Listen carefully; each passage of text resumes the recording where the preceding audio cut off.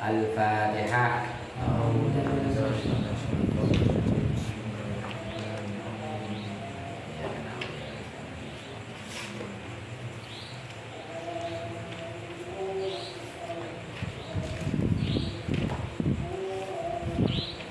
Wa nufikha fis suri fa idza hum minal ajdasi ila rabbihim yansilun. Qalu ya wailana man ba'athana min marqadina hadza ma wa'ada ar-rahman wa sadaqal mursalun. In kanat illa sayhatan wahidatan fa idza hum jami'un ladaina muhdarun. Fal yawma la tuzlamu nafsun syai'an wa la tujzauna illa ma kuntum ta'malun. Wa nufikha fisuri, wa nufikha dan ditiup fisuri dalam sangkakala faidahum, maka ketika mereka minal ajadasi keluar dari kubur.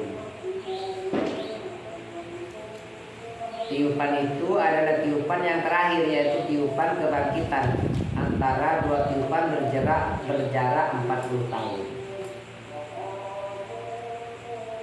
Dalam satu riwayat disebutkan bahwa al-ajdas adalah kubur. Ini maknanya. Ila rabbihim, kepada Tuhan mereka. Yansilun, menuju mereka. Jadi mereka menuju kepada Tuhan. Jadi diceritakan antara tiupan pertama sama dengan terakhir itu, yang kedua itu berjarak 40 tahun. Jadi tiupan pertama kiamat, salat meninggal semua, baru setelah itu jarak 40 tahun. Baru setelah ditiup kedua, kemudian keluar semua orang itu dari kuburnya. Ada pertanyaan, bagaimana dengan orang yang terbakar? Ternyata katanya apa ini? Tulang apa ini? Tulang ini. Walaupun ditaruh di mana itu Gunung Meletus itu tidak menempel. Katanya begitu. Tapi tetap ada apa ya? Ada semacam penanda. Mungkin ada satu titik gitu ya. Kalau tidak tahu kalau yang dikremasi atau seperti orang di mana itu yang dibakar itu ngapain itu. Jadi tetap ada serbu-serbu yang, nah, itu bukan urusan kita, tapi itu intinya. Karena sebetulnya yang hancur itu kan jasadnya. Ya, walaupun jasad itu tetap juga ya. Sehingga ada cerita walaupun 10 tahun Ki Bungkol gitu kan.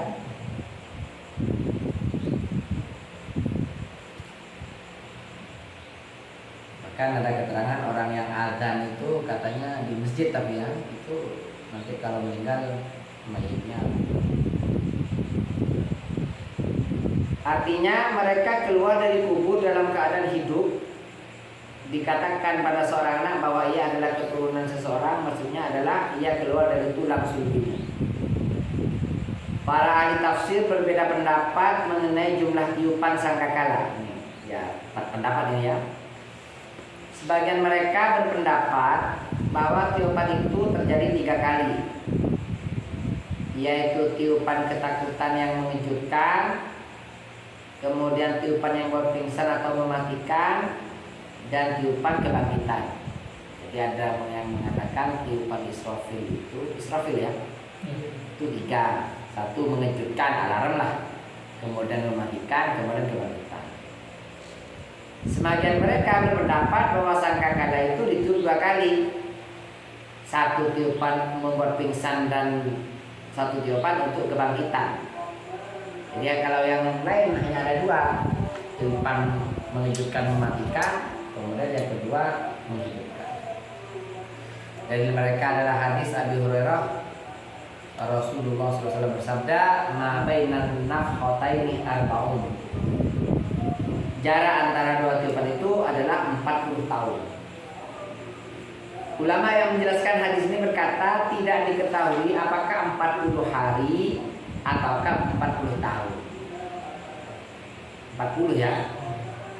Sedangkan dalil bagi orang yang berpendapat bahwa sangka itu ditutup 3 kali adalah firman Allah, wa yauma yunfahu fis suri fa fazi'a man fis samawati wa man fil ardh.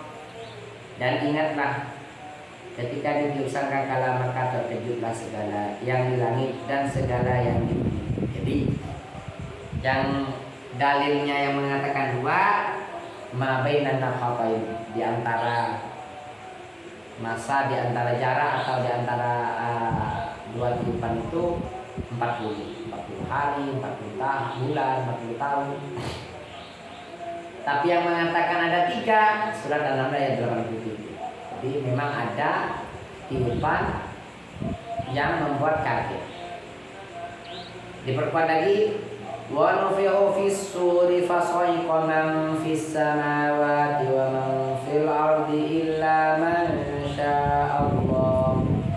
Tsumma nufikha fihi ukhra fa idza hum qiyamun yanzurun. Dan ditiupkan sangkakala maka matilah siapa yang di langit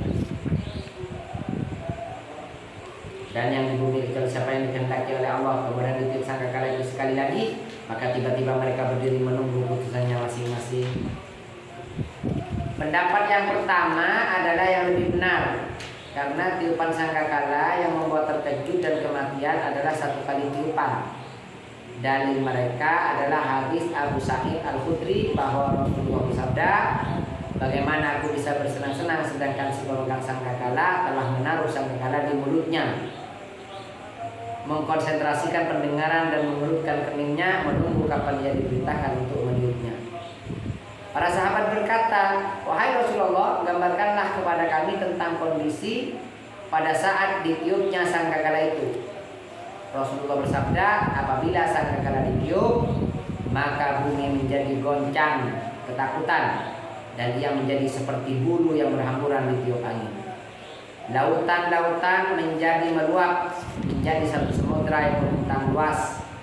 Kemudian airnya mengumpul menjadi satu dan meresap ke dalam bumi, sehingga tidak tersisa setetes air pun di permukaan bumi. Seorang wanita yang menyusui anaknya menjadi kehilangan anaknya dari tangannya. Wanita yang hamil menjadi langsung melahirkan anaknya karena ketakutan pada hari.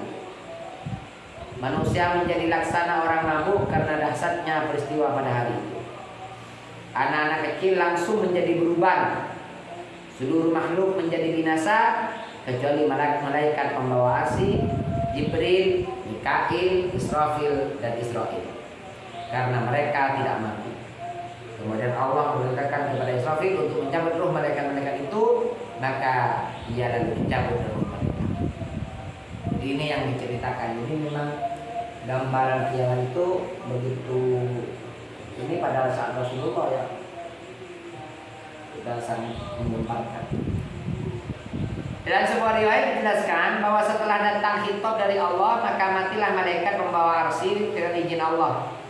Dan arsy tetap terlepas di udara. Kemudian datang khitab dari Allah, matilah kalian, kepada malaikat Jibril, Mikail, Israfil dan Israil. Maka para malaikat itu menjadi mati dengan izin Allah. Lalu tidak tersisa seorang pun di langit dan di bumi selain Allah Subhanahu wa taala.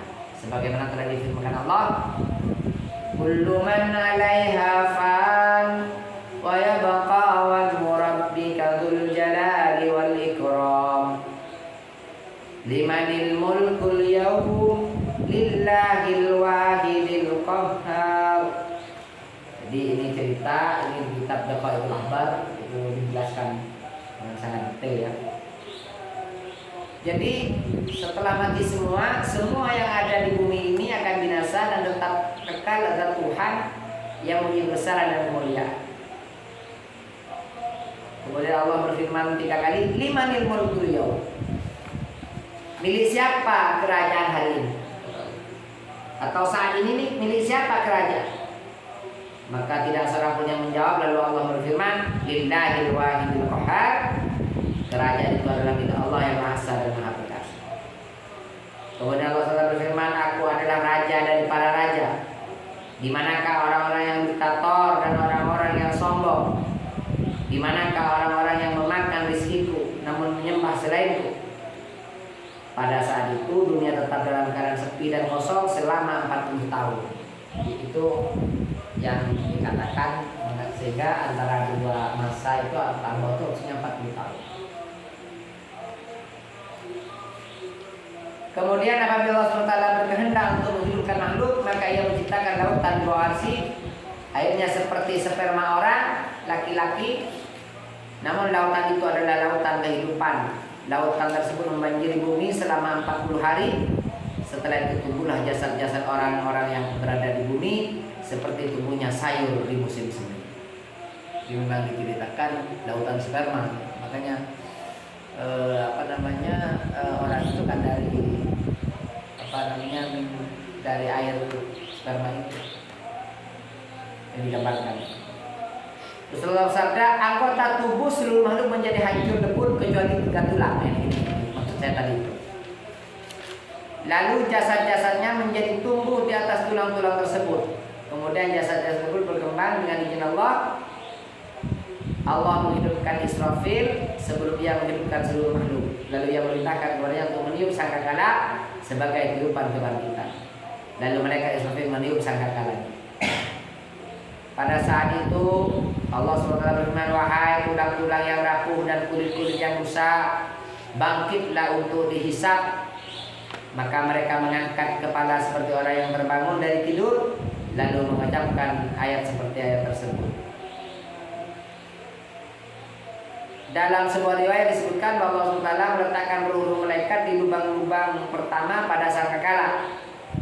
Ruh para nabi di lubang kedua, ruh para wali dan orang saleh di lubang ketiga, ruh orang-orang mukmin dan para syuhada di lubang keempat, ruh jin di lubang kelima, ruh setan di lubang keenam, ruh orang kafir dan seluruh hewan di lubang ketujuh. Ini pendapat ya.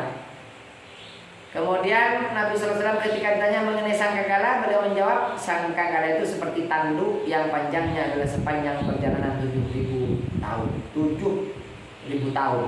Di dalamnya terdapat 7 lubang. Dari satu lubang ke lubang yang lain berjarak perjalanan 1.000 tahun.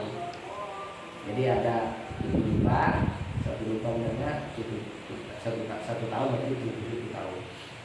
Kemudian Allah SWT memerintahkan kepada malaikat Israfil untuk meniup sangkakala. Maka ia meniupnya, lalu keluar seluruh roh berbagai jenis makhluk dari sangkakala tersebut. Roh orang-orang mukmin keluar dari sangkakala seperti sinar lampu. Orang-orang kafir dan orang-orang munafik keluar seperti nanah. Ini memang pendapat yang lain. Orang meninggal itu rohnya ada di sangkakala malaikat Israfil. Setelah itu Allah berfirman, demi kemuliaan dan keagunganku, aku adalah Allah Tuhan alam semesta.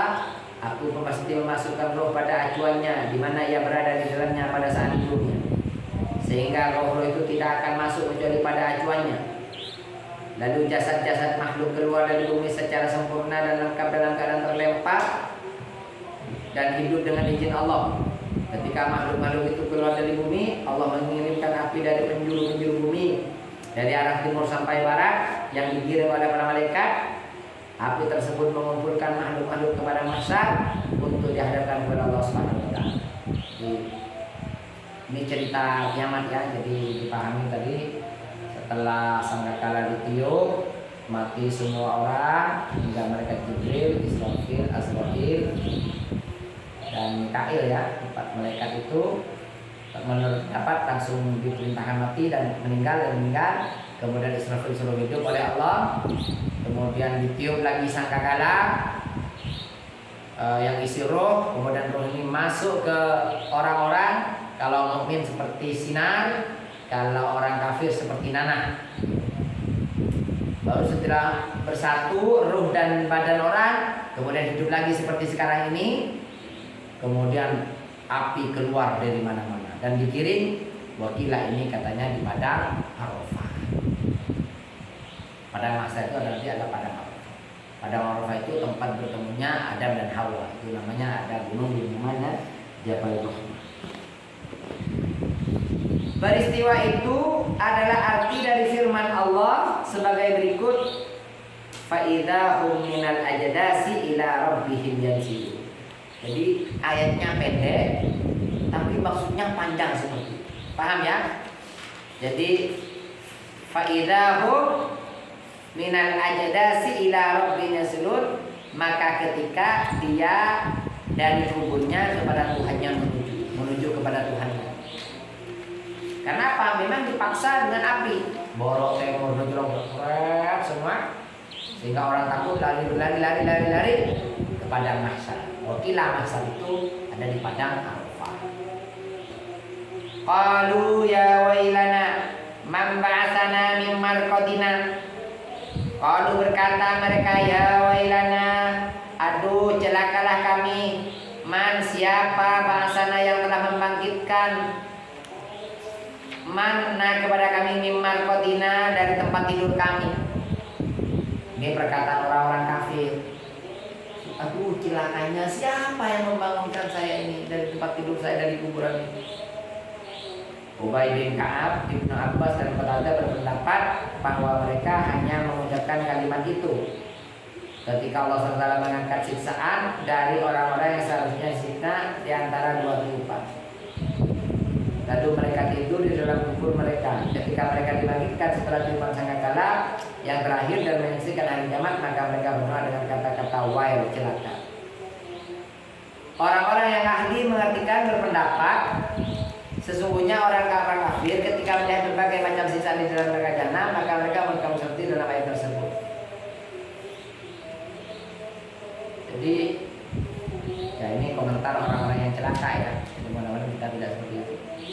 Hada ma wa'ada ar-Rahman, hada ini ma apa wa'ada yang berjanji ar-Rahman siapa zat yang maha pemurah, wa shadaqa dan benar, al-mursalun siapa utusan. Orang-orang kafir mengakui kebenaran orang yang beriman, akan tetapi pembuktian mereka tidak berguna. Jadi makanya bedanya orang beriman dengan orang kafir itu, kalau orang beriman ini seperti ini kan sudah diberitahu, ya kan? Bahwa akan terjadi seperti ini, sehingga hidup di dunia ini tidak seenaknya gitu.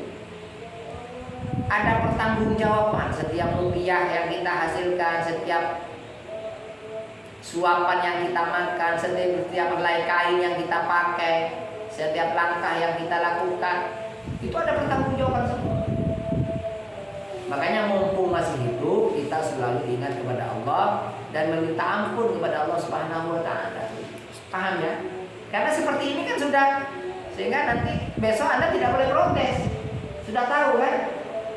Loh, gimana orang lain yang tidak tahu? Ya salahnya tidak ngaji. Malam ya'rifis sarab ya qaufi fihi, orang yang tidak tahu kejelekan akan nyampe padanya. Tidak tahu bedanya racun sama madu, diminum mati semua. Untuk kalau yang diminum itu madu, ya kalau yang diminum racun, iya. Gimana? Nah, seperti ini di Yasin itu sudah ada dan tiap hari kita baca. Qalu ya wailana man ba'atsana min marqadina. Itu ungkapan dari orang-orang kafir yang hidup di dunia ini dengan seenaknya. Padahal hadza ma wa'ada ar-Rahmanu wa shadaqal mursal. Ini yang dijanjikan oleh Allah ini. Ada yang mengatakan bahwa yang mengucapkan kalimat seperti itu adalah para malaikat. Ada yang mengatakan ini ucapan malaikat. Jadi bukan ucapan orang kafir.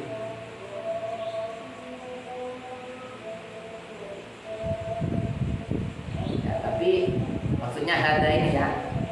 Maksudnya hada ini.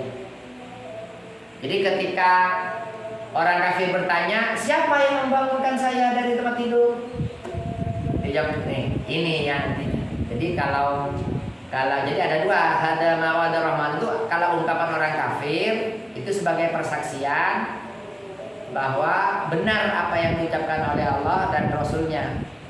Kalau ucapan malaikat jawaban atas pertanyaan orang-orang kafir. Ya ini yang dijanjikan oleh Allah. Kamu itu bukan mati pas mati kayak hewan itu, tidak. Justru hidup setelah mati ini. Bahkan di Al-Quran itu kullu nafsin dha'iqatun. Dha'iqatun itu merasakan mati, bukan mati sungguhan, hanya merasakan kematian. Setelah itu hiduplah. Makanya alam itu ada 4 kan, kalau tidak biru. Alam apa namanya? Alam roh. Alam apa namanya? Alam roh. Setelah alam roh, alam ya dunia. Setelah alam dunia, alam kubur, baru alam akhirat. Nah, ini ditanya nanti diterangkan ini di halaman, wah ini ngeri ini, halaman 80 nanti.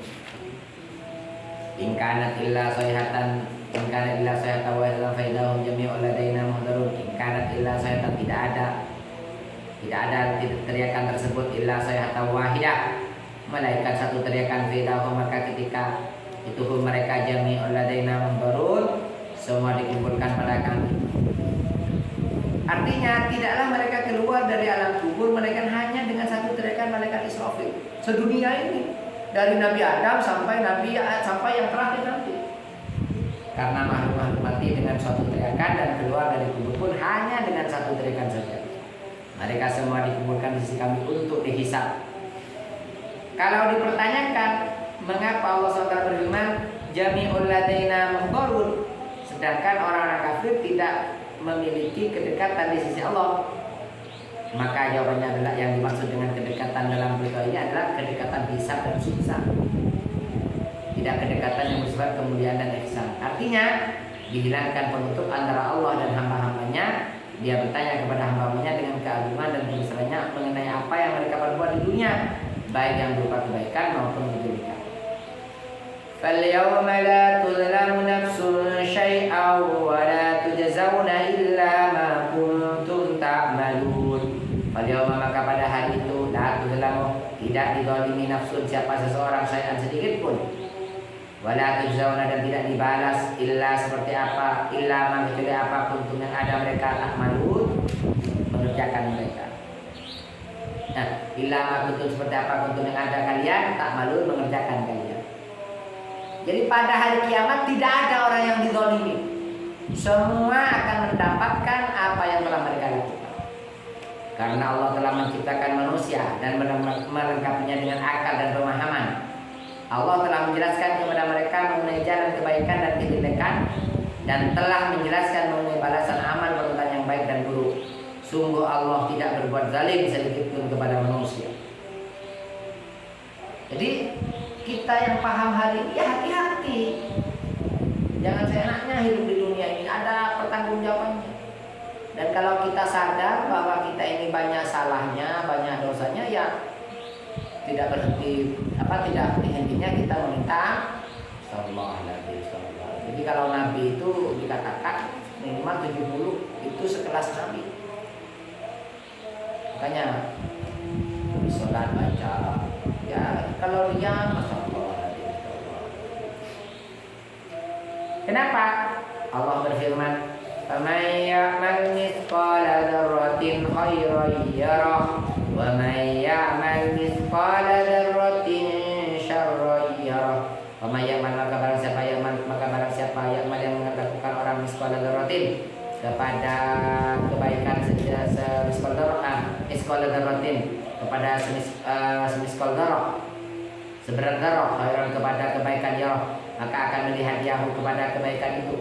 Waman, dan siapa yang melakukan orang miskal dzarratin, seberat dzarrah, sarran, kepada kejelekan yarah, maka dia akan melihat kepada balasannya. Jadi baca subhanallah bihamdihi subhanallahil azim sangat ringan, tapi itu nanti katanya berat. Fi fata kalimatani, fi fatani fil lisan, sakilatani fil mizan. Subhanallah bihamdihi subhanallahil azim. Ada 4 kalimat yang disukai oleh Allah. Apa? Subhanallah, walhamdulillah, wa la ilaha illallah, Allahu akbar. Jadi kalau diam kita jangan ngelamun, ya baca itulah, baca sholawat, baca bismillah. Sehingga biasanya kalau dalam diam kita selalu berzikir seperti itu, males ngerasanya orang tuh males. Kayak kamu tuh sudah bajunya putih, kan males mau kecomberan kan? Paham?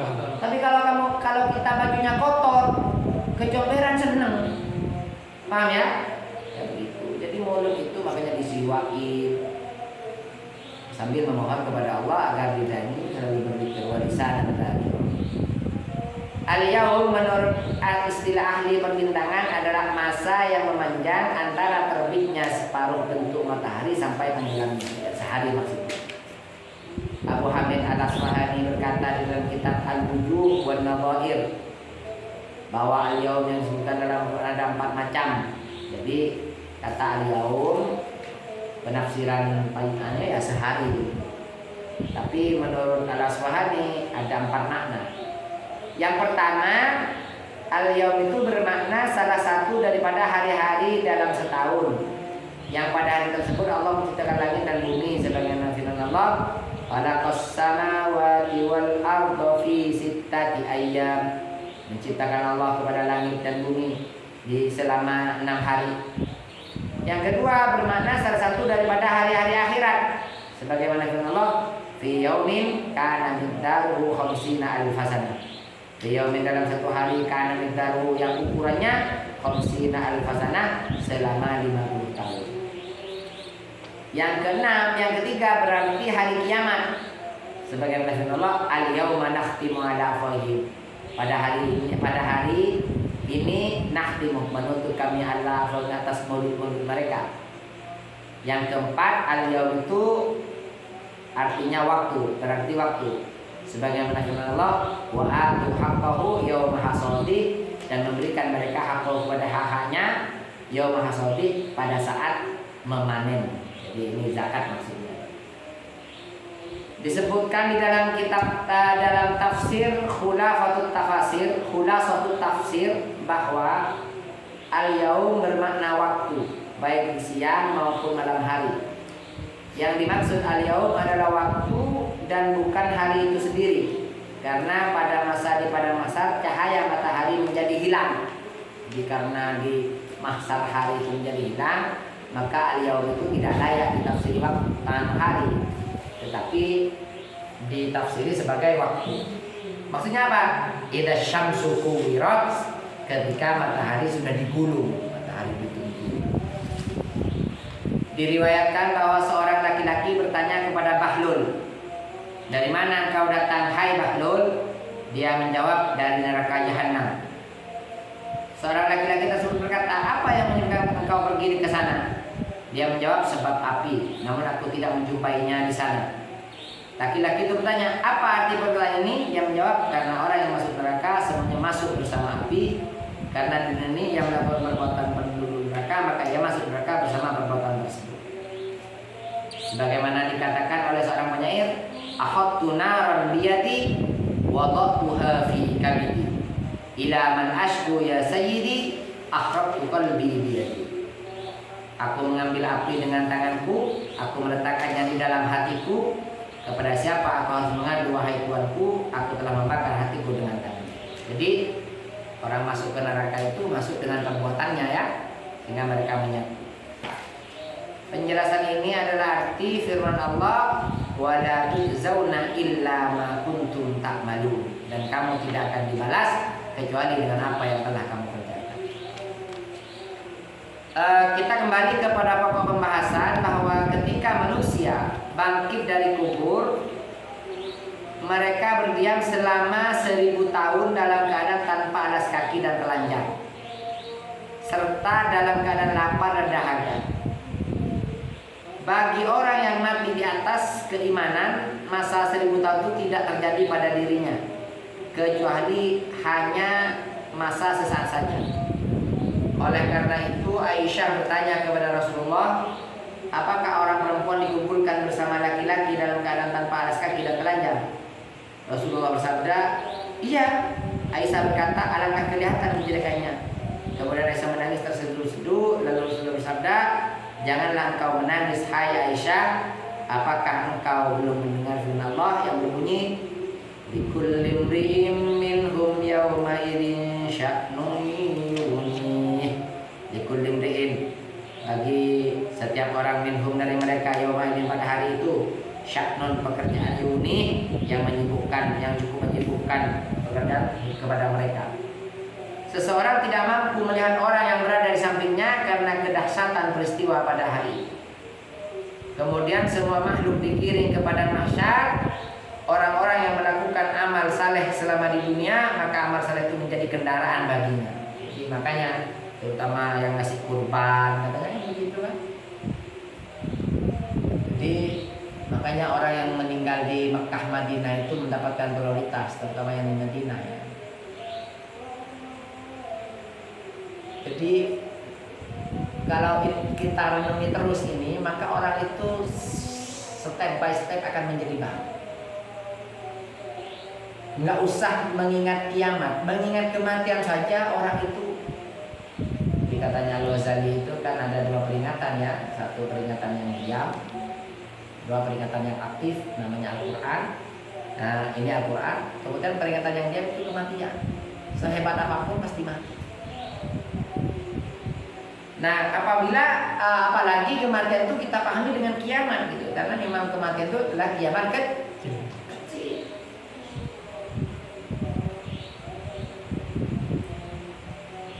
Ini sehingga ia tidak berjalan dengan kaki. Sebagian ada yang berjalan dengan kaki, sebagian lagi ada yang berjalan di atas kepala, sebagian lagi berjalan dengan tangan. Ketika mereka telah dikumpulkan di padang mahsyar, matahari menjadi berada di atas kepala seukuran 1 mil. Jadi memang ada orang yang berjalan dengan tangan, ada orang berjalan dengan kepala.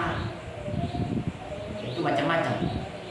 Dan api mengitari di sekitar mereka, di punggung mereka terdapat beban-beban dosa-dosa mereka, sehingga sebagian mereka berkeringat yang mengalir sampai ke lutut, sebagian sampai ke tengah tubuh, dan sebagian sampai ke tenggorokan, dan sebagian lagi ada yang sampai tenggelam ke dalam keringat mereka. Keringat tersebut menembus sampai sekujur tubuh, sekujur seukuran 70 hasta. Mungkin karena tenggelam dari dosa-dosanya. Ya untung ya hari ini kita tidak seperti itu. Jadi orang dosa seperti apapun tidak kelihatan. Pada hari tersebut tidak ditemukan satu naungan kecuali naungan arsy, dan pada hari itu tidak ada yang berada di bawah naungan arsy adalah 7 golongan. Ini hadis Nabi ya. Siapa itu? Imamun adilun, pemimpin yang adil, atau di mana hakimnya. Kemudian wasabun nasyafi ibadillah, pemuda yang proses pertemuannya selalu beribadah kepada Allah. Yang ketiga orang laki-laki yang hatinya tergantung di dalam masjid. Yang keempat orang-orang yang sembelih mencintai karena Allah. Yang lima orang-orang yang menunaikan sedekah ikhlas karena Allah. Yang keenam orang laki-laki yang diajak oleh perempuan cantik lagi memiliki kedudukan untuk berbuat zina, lalu ia berkata saya takut kepada Allah dan tidak memenuhi ajakannya. Yang ketujuh orang-orang yang takut kepada Allah menangis dan meneteskan air mata karena takut kepada Allah. Makanya terutama di malam hari yang petang kita mengingat dosa-dosa kita, menetes. Nah air itu dikumpulkan nanti oleh malaikat. Nah 7 golongan inilah yang akan mendapat naungan dari Allah SWT. Seluruh manusia selain 7 golongan tersebut berada di padang mahsyar selama 1000 tahun yang dibakar panas matahari. Setelah itu manusia digiring ke arah kegelapan. Orang-orang mukmin keluar dari kegelapan tersebut dalam sesaat. Sedangkan orang-orang kafir dan munafik baru dapat keluar setelah berdiam dalam kegelapan tersebut selama 1000 tahun. Ya gambaran di dunia ini.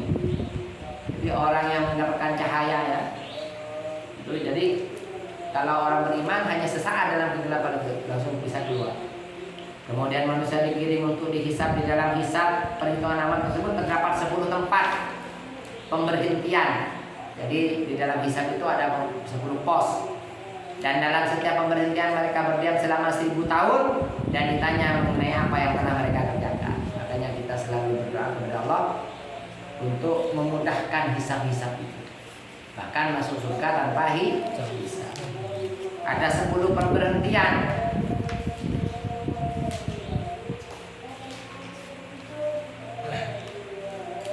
Yang pertama, pada perhentian yang pertama mereka ditanya mengenai salat dan zakat. Jadi pemeriksaan pertama, pemeriksaan di mana salatnya, di mana zakatnya. Yang kedua, di tempat penelitian kedua mereka ditanya mengenai hawa nafsu yang selesai mereka ikuti. Yang ketiga, di tempat penelitian ketiga mereka ditanya mengenai hak-hak orang tua, kalau punya orang tua ya. Yang keempat, di tempat penelitian yang keempat mereka ditanya mengenai hak-hak keluarga. Yang kelima, ditanya penelitian kelima mereka ditanya mengenai hak-hak pembantu. Yang keenam, di tempat penelitian yang keenam mereka ditanya mengenai hak-hak tetangga dan kerabat dekat. Yang ketujuh, di tempat penelitian ketujuh mereka ditanya mengenai hubungan silaturahmi. Yang kedelapan, di tempat penelitian kedelapan mereka ditanya mengenai kebencian dan permusuhan. Yang kesembilan, di tempat penelitian kesembilan mereka ditanya mengenai amar ma'ruf nahi munkar. Yang kesepuluh, di tempat penelitian yang kesepuluh mereka ditanya mengenai menggunjing, adu domba dan kebohongan. Jadi 10 ini pemeriksaan, maka barang siapa yang tidak melakukan perbuatan jelek dan menjaga hak Allah, maka ia akan melewati 10 tempat itu hanya sesaat. Dan barang siapa yang tidak menjaga hak tersebut, maka ia akan berdiam dalam setiap tempat itu selama 1000 tahun.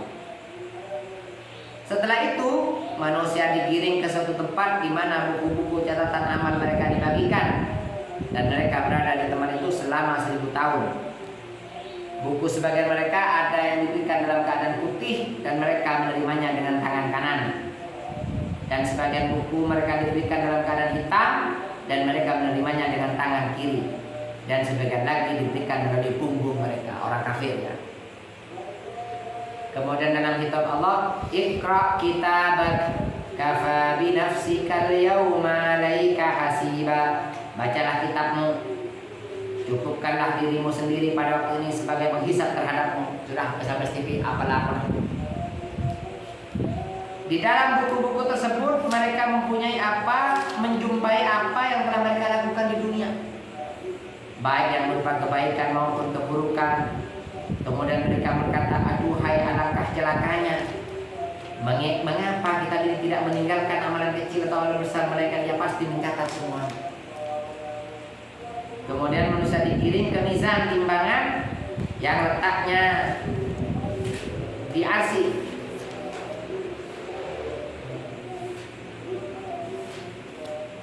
Jadi di arsy itu ya,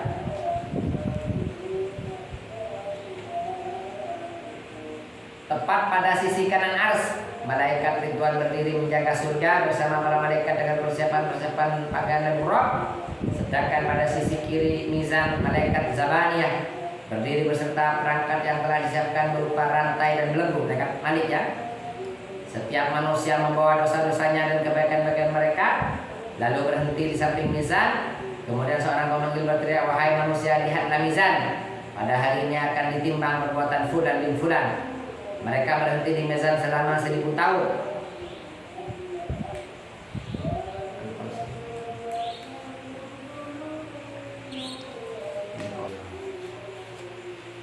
Bismillahirrahmanirrahim. Ya, jadi mizan itu orang dikirim ke mizan itu timbangan. Itu di dekat aras. Di sebelah kanan ada malaikat Ridwan, di sebelah kiri ada malaikat Zabaniyah atau malaikat Malik. Diriwayatkan bahwa pada hari kiamat seseorang dari umatku mendatangi mizan, sedangkan dia mempunyai 99 catatan dosa dan keburukan.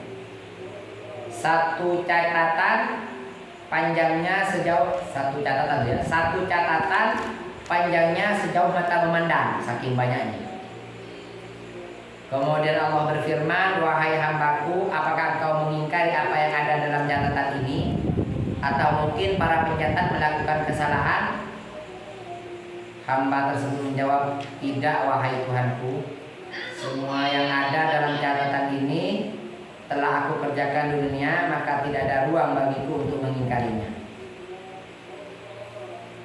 Kemudian Allah berfirman, wahai hambaku, engkau mempunyai satu kebaikan di sisiku, dan aku tidak berbuat zalim pada hari ini. Allah lalu mengeluarkan satu kertas seukuran satu jari, di atasnya bertuliskan kalimat syahadat, Allah lalu berfirman, wahai hambaku, di dunia engkau tidak memisahkan diri dari kalimat ini sampai engkau mendatangi bibir kubur. Maka pada hari ini aku tidak akan memisahkanmu dari kalimat ini, dan tidak ada kezaliman pada hari terhadap seseorang.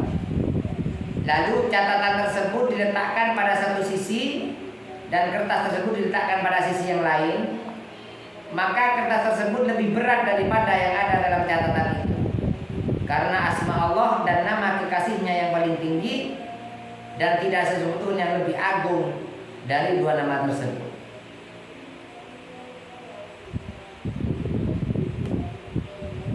Jadi dulu nanti diceritakan ada seseorang yang amal jeleknya itu berapa tadi? 99,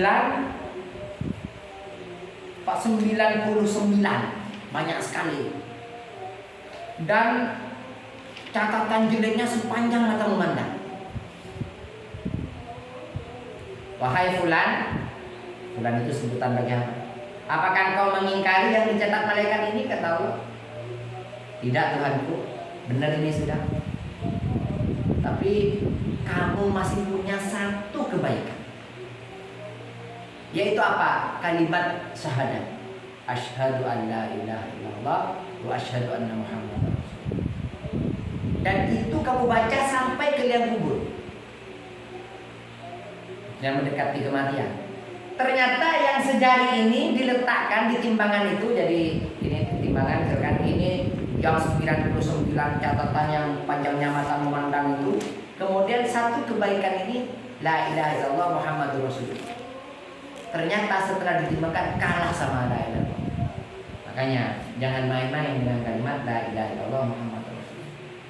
Makanya kita selalu berdoa, waj'al akhir kalamina la ilaha illallah muhammadur rasulullah. Jadi perbanyak membaca la ilaha illallah muhammadur rasulullah. Jangan tidak dijiwai. Paham ya? Karena kita tidak tahu mana yang diterima oleh Allah. Paham ya? Aisyah radhiyallahu anha bertanya, wahai Rasulullah, apakah mereka mengingat keluarga pada hari kiamat? Beliau menjawab, ya, kecuali pada 3 tempat. Pertama, saat ketika dibacakan buku-buku amal perbuatan mereka. Kedua, ketika ditimbang amal perbuatan mereka. Dan ketiga, ketika ada di atas sirat. Yauma yafirrul mar'u min akhihi wa ummihi wa banihi. Jadi pada hari itu kita lupa. Tapi setelah selain tiga indah, mana anakku, mana bapakku. Apalagi bapak memfatihai anaknya, anaknya mendoakan bapak mendoakan anaknya itu nyambung. Guru mendoakan murid, murid mendoakan. Makanya ini pentingnya begitu. Seperti saya masuk NU misalkan, karena ingin kumpul dengan Kiai Hasyim Asy'ari besok-besok. Barang siapa yang melayani NU, katanya Kiai Hasyim Asy'ari, didoakan, terus dianggap santriku akan jadi didoakan husnul khotimah sak keluarganya. Itu yang diharapkan. Misalkan, jadi tidak main-main. Misalkan saya di NU bukan main-main. Misalkan. Jadi besok-besok setiap waktu saya berfatihah ke Kiai Hasyim Asy'ari, ke Syekhona Khalil, ke guru-guru saya, sampai Rasulullah. Mungkin 1 atau 2 ada yang diterima, dan mudah-mudahan diterima semua. Makanya jangan main-main dengan ini, makanya didoakan. Apalagi besok kamu jadi guru, mengajarlah yang baik dan benar. Betul kata Mbah Maimun. Jangan-jangan anak yang kamu didik itu, anggaplah itu perantara kepada surga. Paham ya? Jadi jangan sampai menyepelekan amal perbuatan yang baik walaupun sekecil apapun. Karena kita tidak tahu amal baik mana yang diterima oleh Allah. Dan jangan membangga-banggakan amal, karena kita tidak tahu mana yang diterima oleh Allah. Jadi tugasnya kita ya selalu berbuat baik, itu aja. Ya bukan saya kemudian mengunggulkan NU, tidak. Karena kebetulan saya di situ. Ya saya hormat pada yang lain. Nah, jadi nanti hidup di masyarakat. Kalau sampai bantu orang, jangan aku bantu dia bisa bantu apa ya? Tidak, bukan begitu orang salah itu. Jadi saya bantu orang, saya menjalankan perintah Allah untuk berbuat baik kepada manusia. Dan khairun nas anfa'uhum linnas. Kok dia selalu nyuruh aku yo? Padahal aku belum pernah nyuruh dia. Jadi akadnya kalau orang beriman itu bukan dengan manusia, tapi dengan siapa? Dengan siapa? Dengan Allah. Karena kita ini dianjurkan wa amilus sholihat. Kenapa? Karena kita ada hisabnya besok-besok. Nah, jadi hanya 3 ini yang tidak bisa kita bersua besok dengan guru, dengan teman, dengan keluarga, termasuk di atas sirat. Sirat adalah jembatan yang memanjang di atas permukaan neraka jahanam. Lebih lembut dari rambut dan lebih tajam dari pedang. Jadi kalau boleh digambarkan, ini hisab, ini sirat, ini surga gitu. Begitu ya. Jadi begitu. Jadi ada timbangan, ada sirat ya. Jadi berlapis pemeriksaannya. Neraka jahanam berada di bawahnya dengan apinya yang menjilat-jilat. Di atas sirat malaikat zabaniah melemparkan orang-orang ahli maksiat dari sirat ke dalam neraka. Di atasnya terdapat 70 tempat berhenti. Jadi di atas sirat ada 7 tempat berhenti. Panjangnya sirat sejauh perjalanan 3000 tahun. 1000 tahun menanjak, 1000 tahun menurun, dan 1000 tahun mendatar. Di setiap tempat berhenti masa ditanya mengenai satu hal. 7 tempat berhenti itu ialah pemberhentian pertama mengenai iman, pemberhentian kedua mengenai sholat. Tadi 10 pos. Jadi 10 dari mahsyar ke mizan, ya. Dari mizan ke sirat lain lagi, ini ada 7 lagi. Makanya baca Fatihah 7 itu ada rahasianya. Pemberhentian ketiga mengenai zakat, pemberhentian keempat mengenai puasa, pemberhentian kelima mengenai haji, pemberhentian keenam mengenai wudhu dan mandi, pemberhentian ketujuh mengenai kezaliman. Barang siapa yang teledor dalam hal-hal tersebut, maka dia akan berhenti di satu penelitian selama 1000 tahun. Jika tidak teledor, maka ia akan melewatinya dalam waktu sesaat saja. Nah, ini 1000 tahun. Nah, disinilah syafaat Nabi penting. Kalau wudhu kita tidak benar, sholat kita bolong-bolong, itu ditambal, diperbaiki dengan syafaat ma'unah. Orang pertama yang melewati sirat adalah Rasulullah, lalu beliau berhenti di sirat dan mengucapkan, "Ya Allah, berilah keselamatan pada umatku." Ini yang kita tunggu. Jadi kita dijaga oleh Nabi. Makanya selama hidup di dunia ini perbanyaklah baca sholawat. Berapa kiai semampunya. Kenapa? Ya ayyuhalladzina amanu shollu alaihi wasallimu. Malaikat datang dengan membawa bendera dan panji. Nabi diberi panji ujian, panjangnya sepanjang perjalanan 1000 tahun. Di antaranya tertulis 3 baris. Baris pertama Bismillahirrahmanirrahim. Yang kedua Alhamdulillahirrahmanirrahim. Yang ketiga La ilaha illallah Muhammadur Rasulullah. Nabi Muhammad SAW berdiri di bawahnya para nabi, para ulama, orang saleh, orang-orang yang mati syahid, dan orang-orang yang jujur berkumpul di bawahnya, sebagaimana terjadikan dari Rasulullah SAW. Jadi besok-besok ini setiap orang tuh pegang bendera. Makanya kita masuk Imam Syafi'i pegang bendera. Makanya kalau kita mengikut madhab Syafi'i, ikut madhab Syafi'i. Inna Adam alaihissalam wa man dunahu tahta liwa'i. Sesungguhnya Nabi Adam dan orang Nabi setelahnya berada di bawah bendera. Kemudian mereka datang dengan membawa pakaian-pakaian buruk dan mahkota, lalu memanggil, "Di mana orang pertama kali masuk Islam?" Maka Abu Bakar berkata, "Saya." Mereka memberikan bendera tersebut pada Abu Bakar. Lalu sahabat Muhajirin dan sahabat Siddiqin berkumpul di bawahnya dan mereka masuk surga bersama Abu Bakar.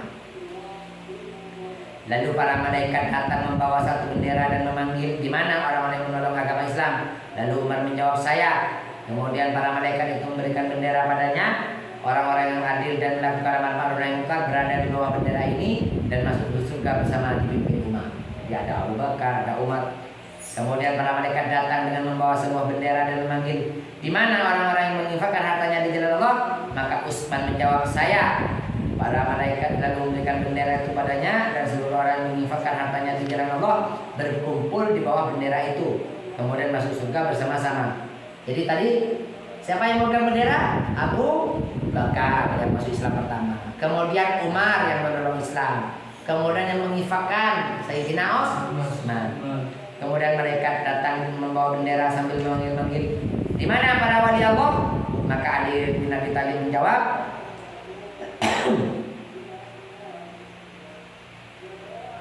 saya. Maka para malaikat itu memberikan bendera tersebut padanya dan seluruh para wali Allah berkumpul di bawahnya lalu masuk surga bersama dengan Sayyidina. Jadi besok itu masuk surga rombongan. Kemudian datang lagi para malaikat dengan membawa sebuah bendera dan memanggil-manggil, di mana orang yang telah dibunuh secara zalim di dunia? Maka Husain bin Ali menjawab, saya. Lalu para malaikat memberikan bendera tersebut padanya. Seluruh orang yang terbunuh secara zalim berkumpul di bawahnya dan Fatimah berada di depan. Di tangan kanan Fatimah terdapat gamis Husain dalam keadaan berdarah, sedangkan di tangan kirinya terdapat gamis Hasan dalam keadaan teracuni. Lalu ia berkata, wahai Tuhanku, balaslah orang yang terbunuh zalim dengan kezalimannya. Lalu Rasulullah SAW menjawab, wahai Fatimah, hari ini adalah hari syafaat, bukan hari penuntutan. Maka Fatimah meninggalkan tuntutan karena perkataan ayahnya kepada orang yang masuk surga bersama dengan Husain radhiyallahu anhu. Jadi Abu Bakar, Umar, Utsman, Ali, kemudian Hasan, Husain.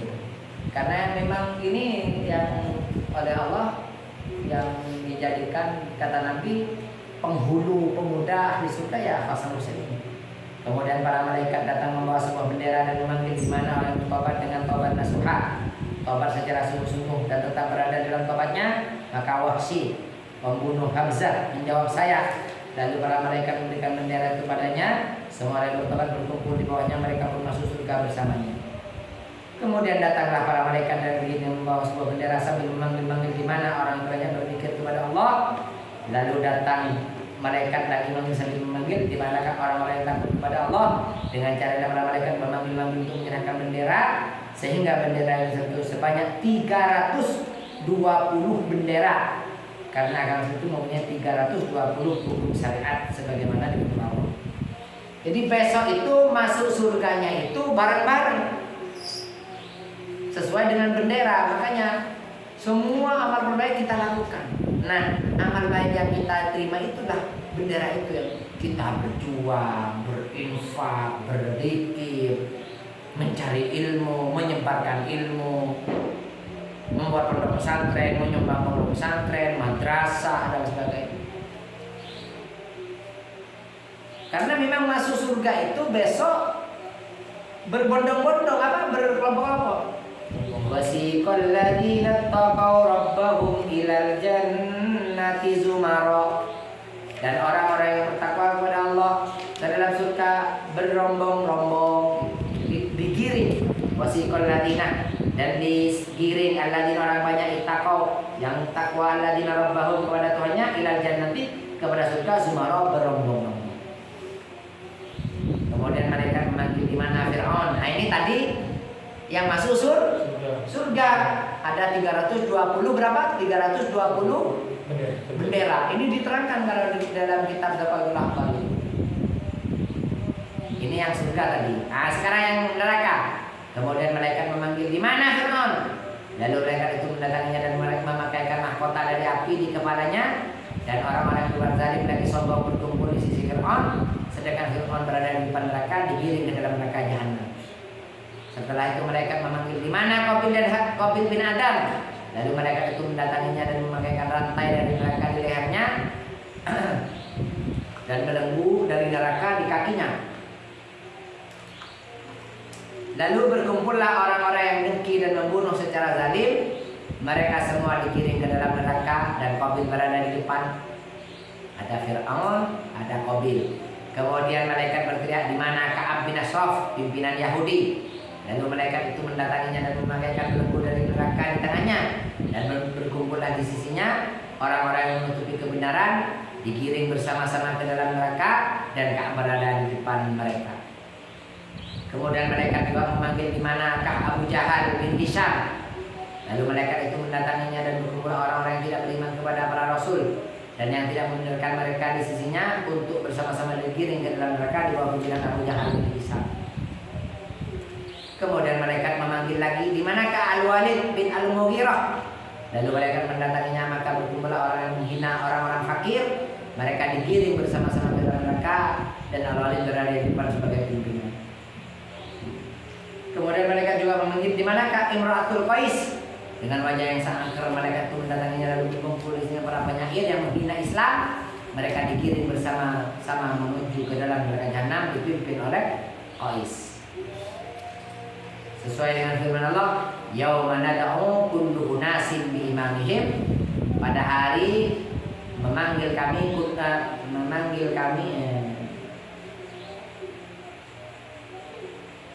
manggil kulla unasin, ya. Yauma nad'u kulla unasin, bukan kullu.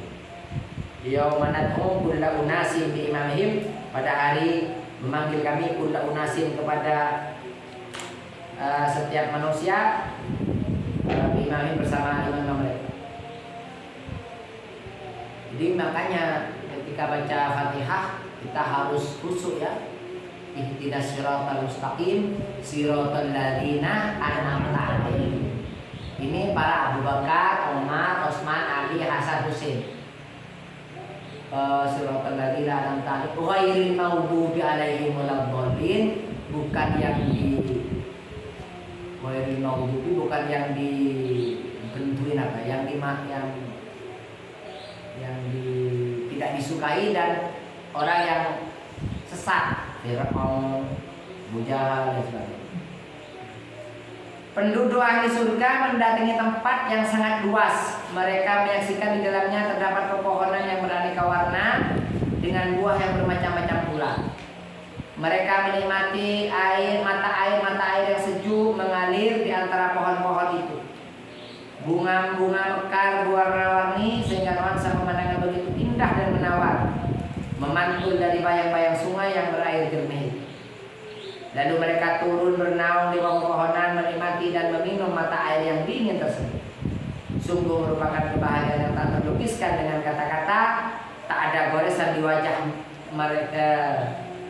Tak ada goresan di wajah mereka rasa dengki, muram, dendam, hasut, sombong, kepenatan, kebencian, dan tidak pula permusuhan. Sifat-sifat itu semua hilang sebab meminum air itu. Zahir dan batin mereka menjadi bersih laksana perak dan mutiara. Jadi orang yang masuk surga begitu. Bahkan ini hanya gambaran kecil, jauh di atas itu sebenarnya. Para malaikat berkata, Assalamualaikum, keselamatan atas kalian. Kalian adalah orang-orang yang baik. Maka masuklah surga dengan abadi. Lalu mereka masuk surga dan menempati tempat-tempat mereka. Kemudian datanglah Al-Jawari dengan membawa gelas yang terbuat dari mutiara dan yakut yang berisikan berbagai macam minuman. Lalu mereka meminum dari tangan mereka. Para penghuni surga itu bersyukur dan sibuk menikmati hidangan surgawi. Peristiwa ini dalam arti dan firman Allah disebutkan, Inna ashabal jannatil yawma fi syughulin fakihun hum wa azwajuhum fi dhilalin 'alal araiki muttaqihun lahum fiha fakihatu wa lahum ma yad'un salamun qawlan min rabbir rahim. Nah, gambaran seperti itu apa? Sesuai dengan firman Allah, Inna ashabal jannati, sesungguhnya penghuni surga al-yawma pada hari itu fi syughulin, dalam kesibukan. Sibuk. Bahwa penduduk surga melupakan penduduk neraka dan azab yang menimpa mereka. Ibnu Katsir bin Amir membaca wasughlin dengan disukun begini. Bukan fi suglin, bukan fi suulin. Ulama qira lainnya membaca dengan dhammah huruf ghinnya, maka menjadi dua bacaan. Jadi ada dibaca fi subulin, ada fi subulin. Mereka berbeda pendapat mengenai arti lafaz subulin sebagaimana berikut. Ibnu Abbas berpendapat sibuk menikmati keperawanan bidadari-bidadari surga di bawah pepohonan, di atas tepi sungai-sungai dan dalam naungan Maharaja yang maha perkasa. Ibnu Kisan berpendapat bahwa artinya adalah sebagian mereka sibuk mengunjungi sebagian yang lain. Jadi pokoknya sibuk dengan hal-hal yang nyaman. Ada yang mengatakan mereka sibuk dengan jamuan Allah. Ada pula yang mengatakan jika di neraka ada kerabat dan keluarga penduduk surga, maka Allah melupakan ingatan mereka sehingga tidak ingin menyebut kerabat yang ada di dalam neraka tersebut. Karena surga bukan rumah mereka, kerabat yang ada di neraka, ya Nabi Nuh ya. Dan bagi penduduk surga tidak mengenal rasa sedih dan rasa gelis. Fakihun, mereka bersenang-senang. Artinya ialah penduduk surga itu hanya merasakan kenikmatan.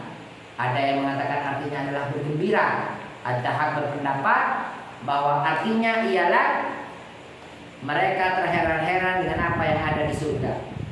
Ibnu Ja'far berkata fakihun dengan fa yang pendek, ada fakihun fi subudim fakihun. Ada dua lafal yang bermakna satu seperti lafaz al-khadir dan al-hadir.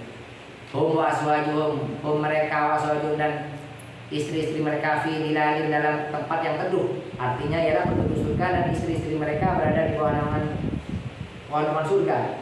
Alal araiki, di atas dipan-dipan mutakin mereka berselonjor ya. Mereka bersenang-senang di atas kasur-kasur bersama dengan istri-istri mereka. Hamzah dan Al-Kisai membaca dulalin dengan dhamma huruf dhamnya. Ada fi dilalin, ada fi dulalin. Tanpa alif fi dulalin artinya tempat jamak dari lafaz dullah. Sama maknanya. Bentuk. Lahum bagi mereka fiha di dalam surga fakihatun buah-buahan, walahum dan bagi mereka yad'un apa-apa yang mereka minta. Artinya mereka mendapatkan apa yang mereka bayangkan dan inginkan. Diriwayatkan dari Ibnu Abbas, tidaklah terlintas dalam hati penduduk surga sebelum mereka ungkapkan dengan mulut mereka, melainkan apa yang menjadi bayangan dan keinginan mereka menjadi tersaji di sisi mereka. Terus susu badan, terus es degan langsung badan. Allah berfirman, wahai hamba-hambaku, mintalah apa yang kalian inginkan dariku. Lalu hamba-hamba itu meminta apa yang mereka bayangkan dan inginkan. Kemudian Allah berfirman, aku telah memberi apa yang kalian bayangkan dan inginkan. Apakah kalian merasa ridho padaku? Mereka menjawab, wahai Tuhan kami, apa yang kami tidak ridho kepadamu? Bukankah engkau telah memberikan sesuatu yang tidak engkau berikan kepada seorang pun? Maka bagaimana mungkin kami tidak ridho kepadamu? Lalu Allah berkata, aku akan memberikan sesuatu yang lebih dari pemberian pertama. Mereka bertanya, wahai Tuhan kami, apakah sesuatu yang lebih dari itu? Allah berfirman, aku ridho dan tidak marah pada kalian selamanya. Diriwayatkan dari Anas radhiyallahu anhu bahwa di surga terdapat sebuah lembah yang terbuat dari minyak misik. Jika hari Jumat, lembah itu dihiasi lampu dari nur. Di atasnya terdapat para nabi, ulama, syuhada dan orang mukmin. Semuanya berzikir kepada Allah, mengucapkan tasbih dan tahmid. Tasbih itu subhanallah, tahmid alhamdulillah. Kemudian Allah SWT berfirman, mintalah kepadaku wahai hamba-hambaku. Mereka menjawab, wahai Tuhan, kami meminta kepadamu keridhoanmu. Allah berfirman, aku sungguh telah ridho pada kalian dan aku halalkan rumahku atas kalian. Kemudian Allah SWT berfirman kepada malaikat Ridwan, wahai malaikat Ridwan, berilah makan para waliku. Maka mereka diberi berbagai macam makanan. Lalu mereka makan, minum dan bersyukur dengan penuh kegembiraan dan kesenangan. Ketika mereka selesai makan, Allah berfirman, mintalah kepadaku wahai hambaku, aku pasti mengabulkan permintaan kalian. Mereka menjawab, kami meminta keridhaan, keindahan. Setelah itu hijab dibuka sehingga hamba-hamba itu dapat melihat keindahan Allah sesuai dengan kadar tingkatan mereka atas kehendak Allah. Mereka melihatnya bagaikan melihat bulan purnama. Lalu mereka berpakaian diri bersujud. Allah berfirman kepada mereka, wahai hamba-hambaku, angkatlah kepala kalian saat ini. Saat ini bukanlah waktu bersujud dan rukuk. Tetapi saatnya menyaksikan keindahan zat Allah yang memiliki keagungan. Pada hari tersebut Allah meridhoi dan mereka ridho kepadanya. Jadi memang nikmat yang terbesar nanti di surga itu akan bertemu dengan Allah. Sehingga di akhir surat Kahf itu, "Faman yarju liqa'a rabbih falyamal 'amalan shalihan wa la yusyrik bi ibadati rabbih ahada." Artinya apa? Siapapun yang ingin berjumpa dengan Allah itu hendaknya berbuat baik. Maka seperti yang saya katakan tadi, sebagai pribadi yang beriman, berbuat baik kepada orang lain itu bukan ingin mendapatkan kebaikan lagi dari orang itu. Bukan. Tetapi karena kita ingin yarju liqa'a rabbih, ingin ketemu dengan Allah. Di mana? Di surga. Paham ya? Jadi mulai hari ini kita berlatih berbuat baik kepada siapapun itu, bukan mengharap kebaikan dari orang yang kita perbuat itu. Kita berbuat baik kepada teman, berbuat baik kepada dosen, yang dosen berbuat baik kepada mahasiswa. Bukan dari dia kita ingin dapat balasan, tapi dari siapa? Dari Allah. Saya ulangi, faman kana yarju liqa'a rabbih, para siapa yang ingin berjumpa dengan Allah, falyamal amalan shalihan, maka hendaknya dia harus berbuat baik, wa la yusyrik bi ibadati rabbih ahada, dan tidak syirik di dalam menyembah Tuhannya. Tidak ada tujuan lain apapun. Ini diulang. Jadi bertemu dengan Allah dan tidak ada tujuan lain. Oh, biar saya dikatakan orang baik. Nggak penting itu. Paham ya? Tapi kalau kita mendapatkan kebaikan dari orang lain, maka dalilnya bukan itu. Man lam yazkurillah, man lam yazkurinnas, lam yazkurillah. Barang siapa yang tidak bersyukur kepada manusia, mereka hakikatnya tidak bersyukur kepada Allah. Kepada Allah, begitu. Jadi sekali lagi kita harus berlatih menata hati dan pikiran bahwa tugas kita hidup di dunia ini memang berbuat baik. Karena besok itu hanya ada dua, surga dan neraka. Memang surga itu tempatnya kenikmatan, tapi puncak kenikmatan di surga itu adalah berjumpa dengan Allah sesuai dengan kadarnya kita masing-masing. Ya Allah, berilah kami rezeki dan keridhaan-Mu. Allah berfirman, salamun qaulan mir rabbir rahim. Salam, selamat. Qaulan sebagai ucapan, mir rabbir rahim, dari Tuhan yang Maha Penyayang. Artinya dia mengucapkan salam kepada mereka dengan satu ucapan. Maksudnya Allah berfirman kepada mereka dengan satu ucapan. Diriwayatkan dari Jabir radhiyallahu anhu, sesungguhnya Rasulullah bersabda, ketika para penduduk surga berada dalam kenikmatan, tiba-tiba muncullah sinar cahaya. Maka mereka mengangkat kepala, tiba-tiba Allah Tuhan yang Maha Mulia memperlihatkan diri di atas mereka. Ia berfirman, Assalamualaikum, wahai penduduk surga. Peristiwa itu adalah arti dan firman Allah, Salam qaulan mir rabbir rahim. Jadi pakai Assalamualaikum. Makanya kita ketemu dengan siapapun baca Assalamualaikum. Assalamualaikum. Ya bagaimana, ya sesuai ilmu aqidatul awam, tidak boleh dibayangkan. Paham ya? Tapi kita harus meyakini. Makanya namanya ihsan. Kita ngaji hari ini dilihat oleh Allah, didengarkan. Anta'budallah ka'annaka tara fa in lam takun tara fa innahu yaraka. Itu ihsan. Bahwa kita harus menyembah kepada Allah seakan-akan kita melihat. Dan pasti kita tidak bisa melihat. Karena Nabi Musa saja melihat, sudah puasa 40 hari 40 malam, melihat masih hancur gunung, apalagi seperti kita. Paham ya?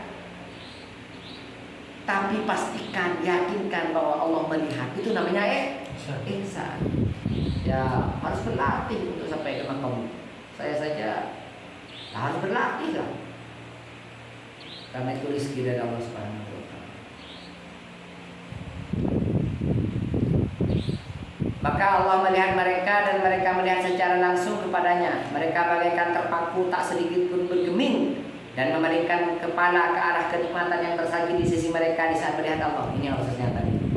Nikmat puncaknya itu bertemu dengan Allah. Mereka merupakan seluruh kenikmatan yang ada di surga, sebab kelezatan menyisakan keindahan zat yang memiliki keagungan sampai tertutup dari pandangan mereka. Namun nur dan berkahnya tetap berada di rumah-rumah mereka sehingga mereka melihatnya yang kedua dan yang ketiga.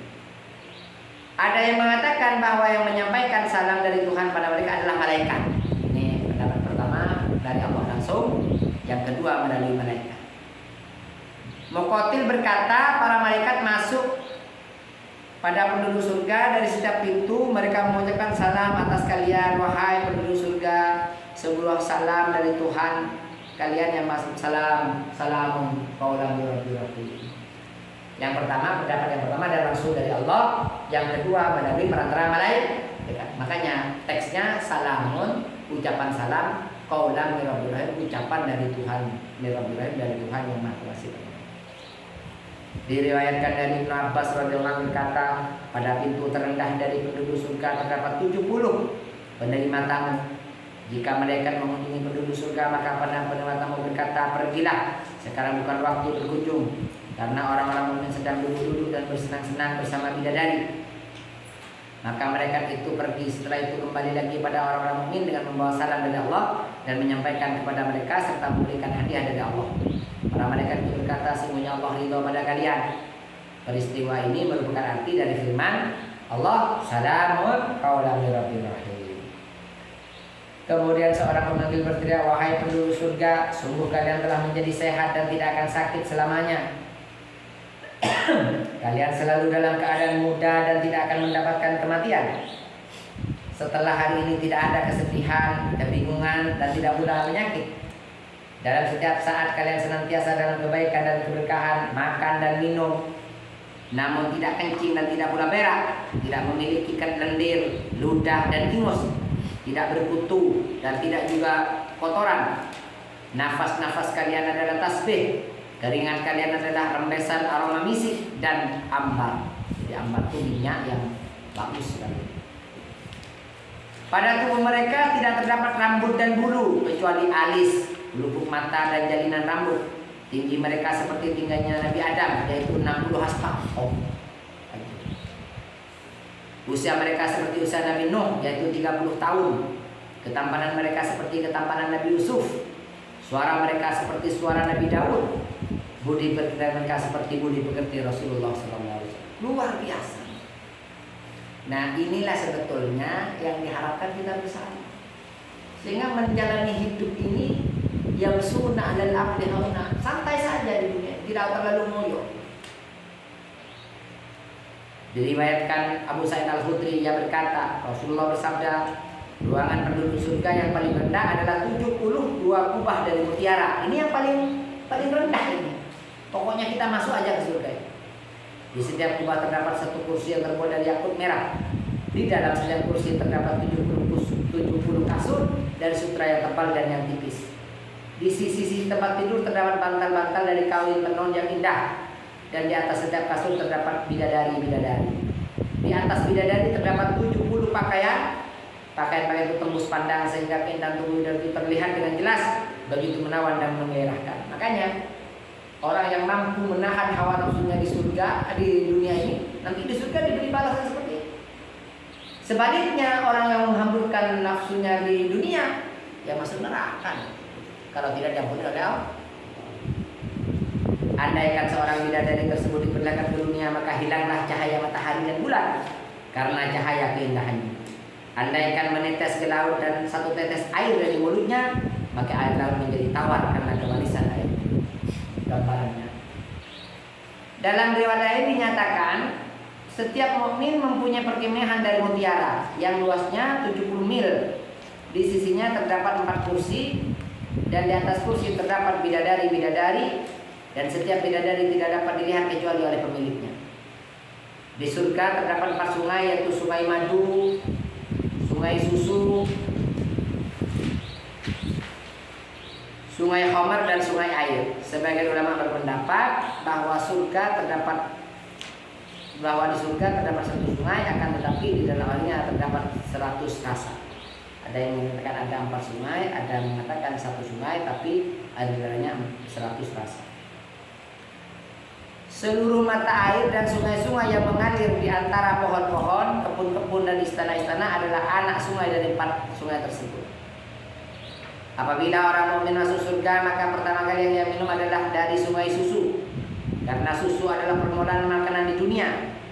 Kemudian minum dari sungai madu, karena madu adalah penyebab kesehatan di dunia. Kemudian minum dari sungai air, karena air adalah penyebab kehidupan di dunia. Lalu mereka minum dari sungai khamar, karena ia adalah penyebab kegembiraan dan kesenangan. Jadi kita yang menahan diri dari khamar di dunia ini, insya Allah besok di surga akan minum. Sedangkan surga adalah tempat kesenangan, kegembiraan dan keabadian. Setelah itu di dalam hati penduduk surga tidak ada terdapat kesedihan dan kesusahan.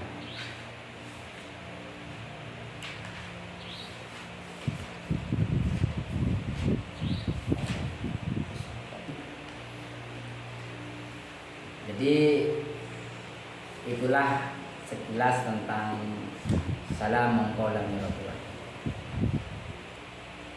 Sa'id bin Musayyab berkata bahwa Abu Hurairah berkata, "Wahai Sa'id, aku meminta pada Allah agar mengumpulkan aku dan engkau di pasar surga." Sa'id ini termasuk sahabat Nabi yang Sa'di wa Sa'id yang masuk surga ini. Aku berkata, "Wahai Abu Hurairah, apakah di surga terdapat pasar-pasar?" Dia menjawab, "Iya, karena penduduk surga pada hari Jumat melihat-lihat di pasar kebaikan dan keindahan. Ketika angin dari bawah ars bertiup, maka tersebar aroma minyak misik dan minyak ambar pada mereka. Dan pakaian-pakaian berjatuhan di atas mereka, lalu mereka mengenakannya dan naik buruk. Setelah itu mereka pulang dari pasar-pasar ke rumah-rumah mereka. Istri-istri mereka berkata, sungguh kalian bertambah tampan." Jadi penjumat atau penentang. Suami mereka berkata, "Demi Allah, kalian bertambah cantik sekali, sebagaimana bertambahnya ketampanan kami." Dalam riwayat lain disebutkan bahwa ketika hari Jumat, para malaikat mendatangi penduduk surga dengan membawa kendaraan murah yang mempunyai banyak sayap. Ketika orang mukmin menaikinya, maka ia terbang menjumpai sebuah gunung dari gula. Dari gunung tersebut mengalir sungai-sungai dan mata air. Maka tumbuhlah pohon-pohon yang bermacam-macam dan berwarna-warni. Di atas dahan pohon terdapat macam-macam jenis burung berkicau dan bernyanyi dengan merdu. Ya, pokoknya indah sekali. Mereka lalu turun dari buruk di tempat itu dan minum dari mata air dan sungai-sungai tersebut. Hidangan burung-burung bakar dengan izin Allah datang di hadapan penduduk surga. Lalu mereka memakannya. Setelah itu mereka naik buruk lalu meninggalkan tempat tersebut. Kemudian datang di hadapan mereka gunung-gunung dari misik. Sungai arak dan jahe mengalir dari bawah gunung-gunung tersebut. Mereka melihat di tempat itu terdapat istana-istana, kubah-kubah dan kursi-kursi dari batu yakut merah. Di atasnya terdapat para nabi dan syuhada dalam keadaan duduk-duduk. Ketika para nabi dan syuhada melihat orang-orang mukmin, maka mereka memberi minuman dari gelas yang terbuat dari yakut kepada mereka. Jadi memang diceritakan besok kalau kita masuk surga, kita saling mengunjungi di antara saudara, santri, kiai, para solehin dan sebagainya. Makanya untuk kita seperti itu, caranya apa? Alakohnya, hubungannya ya saling mengirimi Fatihah. Makanya kita rajin mengirimi Fatihah kepada Al-Fatihah ila hadratin Nabi, kan begitu kan? Minimal sesudah sholat ya, bacanya jangan 1 tapi 100, 1000.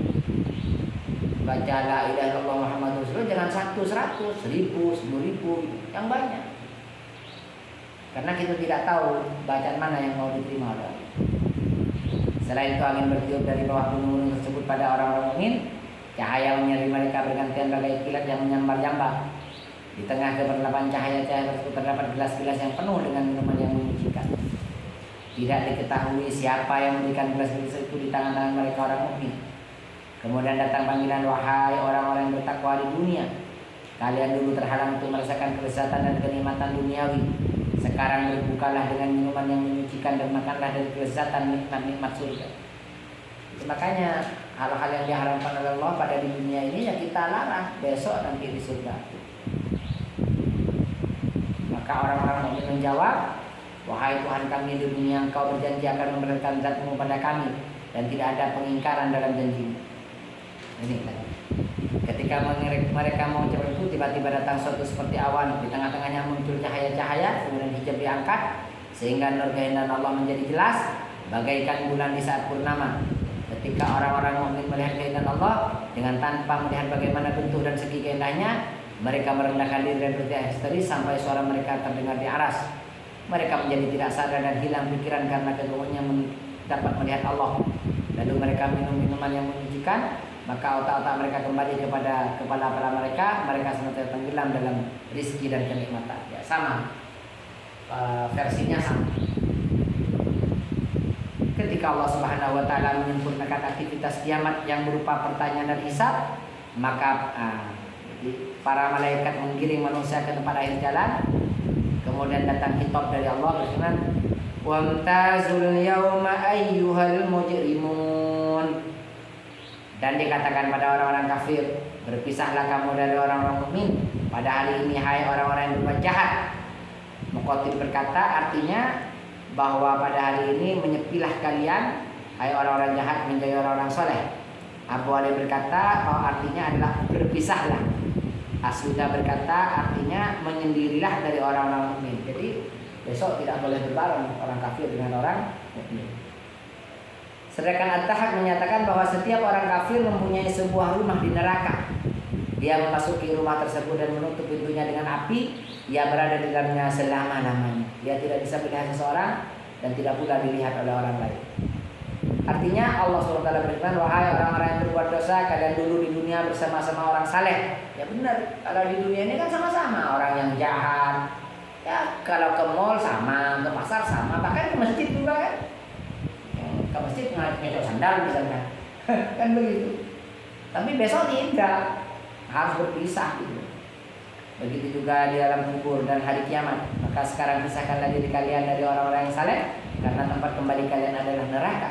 Sedangkan tempat kembali orang-orang mukmin adalah surga, dan kalian tidak bisa melihat mereka selama-lamanya. Ketika orang-orang yang berbuat dosa mendengar perkataan ini, mereka menjadi bingung. Kemudian datang malaikat Zabani yang memisahkan orang-orang berbuat dosa dari orang-orang saleh. Padahal teman karibnya, oh, itu temanku, ya tapi kamu orang mujrimun, tidak boleh. Seperti memisahkan burung-burung dari belalang. Seorang teman dipisahkan dari teman-temannya, bapak-bapak dipisahkan dari anak-anaknya, suami dipisahkan dari istrinya, saudara dipisahkan dari saudaranya. Ketika mereka melihat keadaan ini, maka mereka menangis dan menundukkan diri serta berkata, alangkah celaka dan menyelah kami ini. Kemudian mereka berkata, wahai malaikat Zabariyah, tundalah barang beberapa saat sehingga kami bisa saling melihat dan sebagian kami dapat melakukan perpisahan dengan yang lain. Malaikat tersebut memberikan izin atas perkenan Allah. Kemudian sebagian mereka meletakkan wajah pada wajah yang lainnya, sebagian lagi meletakkan tangannya pada leher yang lain. Lalu mereka menangis selama 40 tahun. Dalam suatu waktu mereka menjadi tidak berakal, dalam waktu yang lain akan mereka kembali pada kepala mereka. Setelah itu seorang pemanggil berteriak, wamtazul yauma ayyuhal mujrimun. Penduduk neraka pergi ke sebelah kiri, jalan menuju neraka jahanam, sedangkan penduduk surga ke jalan kanan menuju surga. Diriwayatkan dalam beberapa asar bahwa penduduk surga itu ada 3 macam, yaitu orang-orang tua, pemuda, dan wanita-wanita. Orang tua berangkat di bagian depan, kemudian para pemuda, lalu disusul para wanita. Malaikat Zabani yang menyiksa orang laki-laki dengan menarik jenggot mereka dan menyiksa para wanita dengan menarik jalinan rambut mereka. Ketika mereka sudah dekat dengan neraka jahanam, mereka berkata pada malaikat Zabani, tangguhkanlah sebentar sampai kami bisa menangis sesaat.